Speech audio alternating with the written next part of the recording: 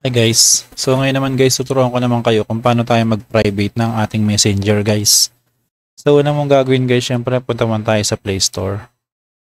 And then search nyo yung messenger. Yan, kailangan is updated yung messenger natin.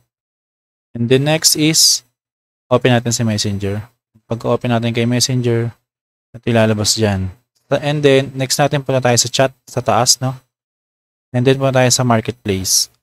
Marketplace na may message request.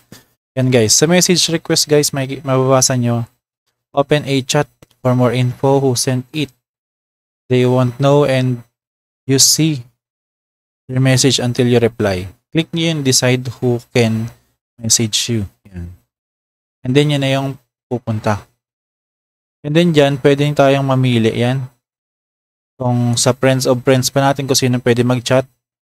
Kung mapupunta ba siya sa message request o depende sa inyo kung ano, ayaw nyo i-receive yung request. Pero kapag dyan sa friends of friends, syempre, para ma-chat tayo, lagyan sa chats. Yan. Para at least ma-chat tayo ng mga friends natin.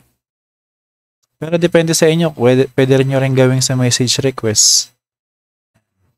And then back lang natin sa other on Facebook, ayan. Other on Facebook, pwede nyong don't receive request yan. Kasi, syempre, yung mga stranger na hindi nyo kakilala, ayaw nyong ma-message kayo, o ayan, pwede nyong don't receive request lang. Kapag ganyan kasi, hindi nyo na matatanggap kung hindi ka na nila ma-message. Yung mga hindi mo friends sa Facebook. Yan. Ganun lang guys kung paano gagawing private yung ating messenger. Kailangan mo lang dito, ayan, don't receive request kung gusto mong gawing private.